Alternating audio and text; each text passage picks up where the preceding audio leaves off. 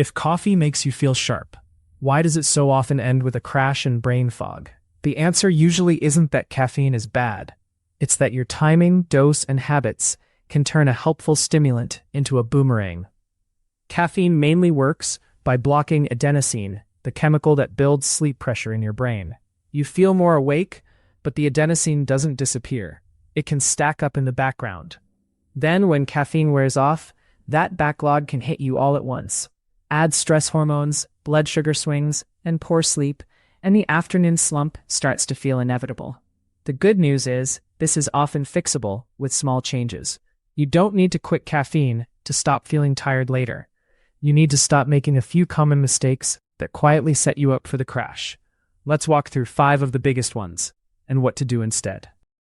Moving to slide 2. First, a quick mental model, because it makes the rest obvious.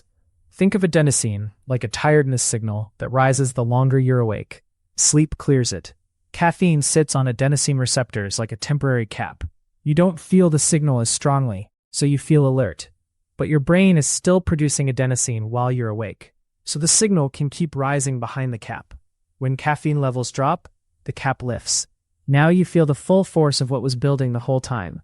That's why the crash can feel sudden, and why it often includes mental fog, not just sleepiness. This also explains why more caffeine isn't always the answer. More caffeine can delay the signal, but it can also make the rebound stronger, and it can push your sleep later, which sets up the same problem again tomorrow. With that in mind, mistake number 1 is all about timing. Moving to slide 3. Mistake 1. Drinking caffeine too soon after waking. Right after you wake up, your body is already doing a natural wake-up boost. Cortisol and other alertness signals tend to be higher in the morning. If you add caffeine immediately, you can get a bigger spike, but you also train yourself to need caffeine to feel normal. And you may be more likely to crash when that early dose wears off. A practical fix is simple.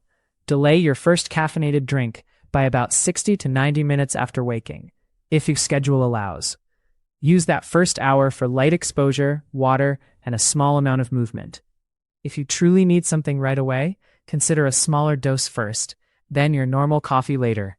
The goal is not perfection. It's avoiding an unnecessary early peak that sets you up for an early dip. Moving to slide 4. Mistake 2. Using caffeine as a replacement for sleep, instead of as a supplement to good sleep. If you're short on sleep, adenosine is already high when you wake up.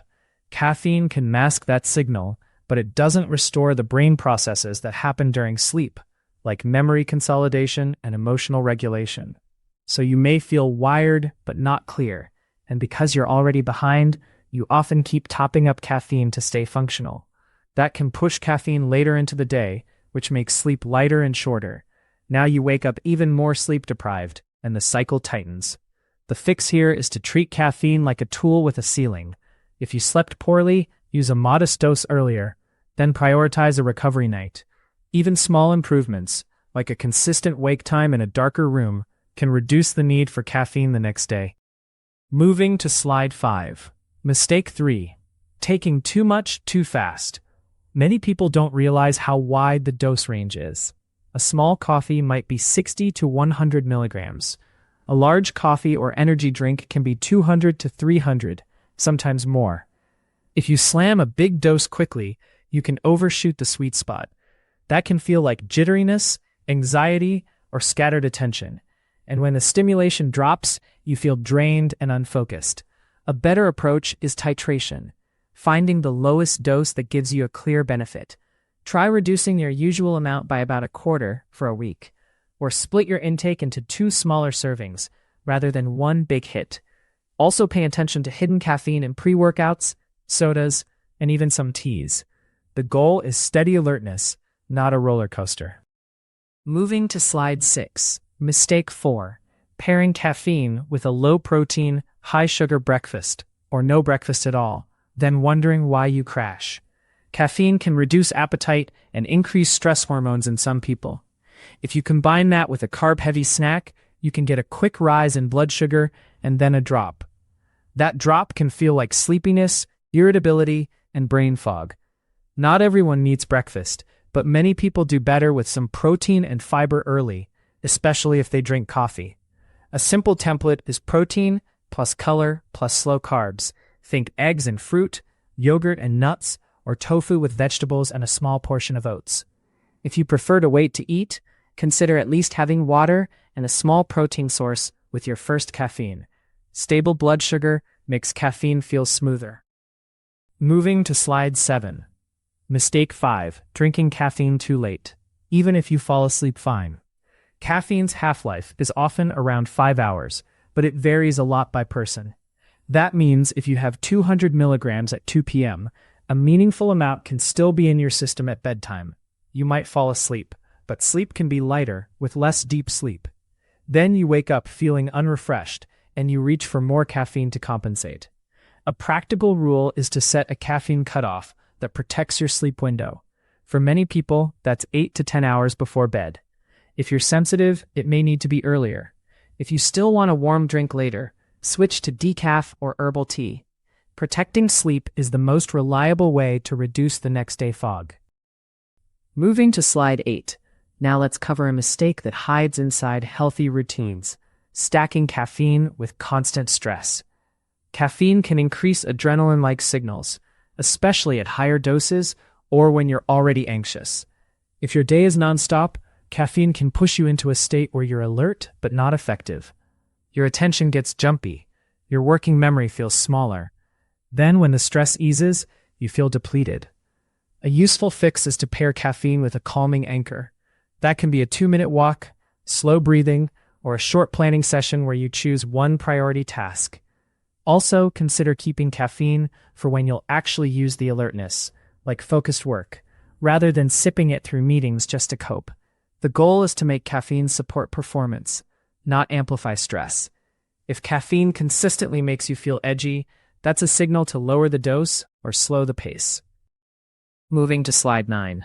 Another common trap is tolerance. If you drink caffeine daily, your brain can adapt by changing receptor sensitivity.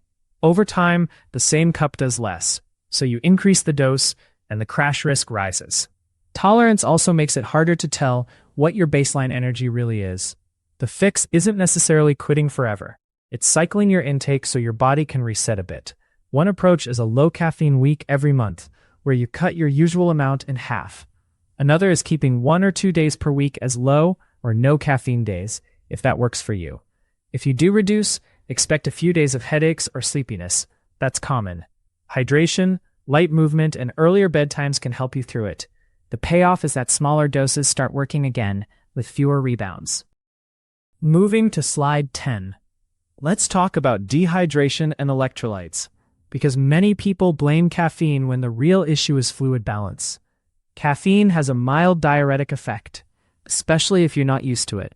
But the bigger issue is that people replace water with coffee. Even mild dehydration can feel like fatigue, headaches, and poor concentration. If your first drink is coffee and you don't drink water for hours, the fog makes sense. A simple rule is 1 glass of water before your first caffeine and another within the next hour. If you sweat a lot, exercise, or live in a hot climate, electrolytes can matter too. You don't need anything fancy. A balanced meal with salt and potassium-rich foods can help.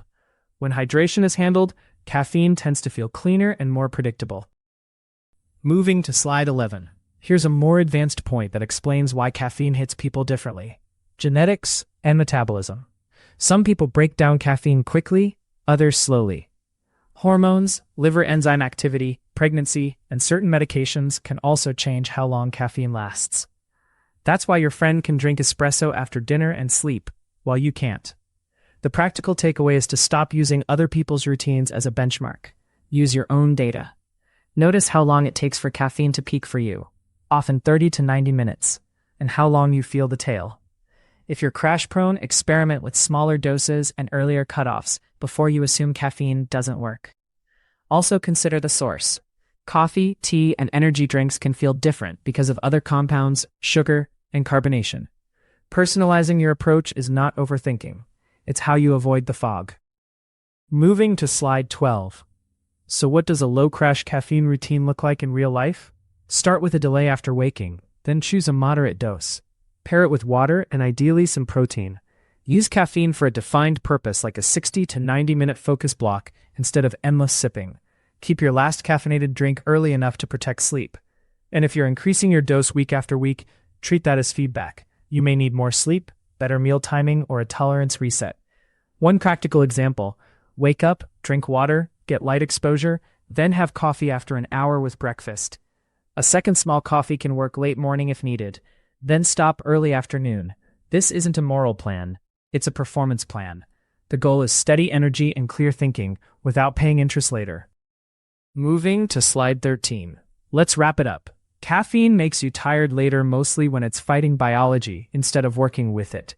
The 5 big mistakes are: drinking it too early, using it to cover sleep debt, taking too much too fast, mixing it with unstable nutrition, and taking it too late.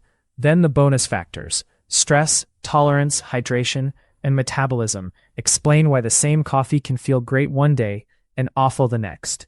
If you change just one thing, start with the cutoff time, because sleep is the foundation that makes everything else easier. If you change 2 things, add the morning delay. And if you want the smoothest results, lower the dose slightly and make it more intentional. If you want more videos like this, subscribe. And for a quick check-in, comment with your biggest trigger for a caffeine crash: A, too late, or B, too much. This information is not a substitute for medical advice.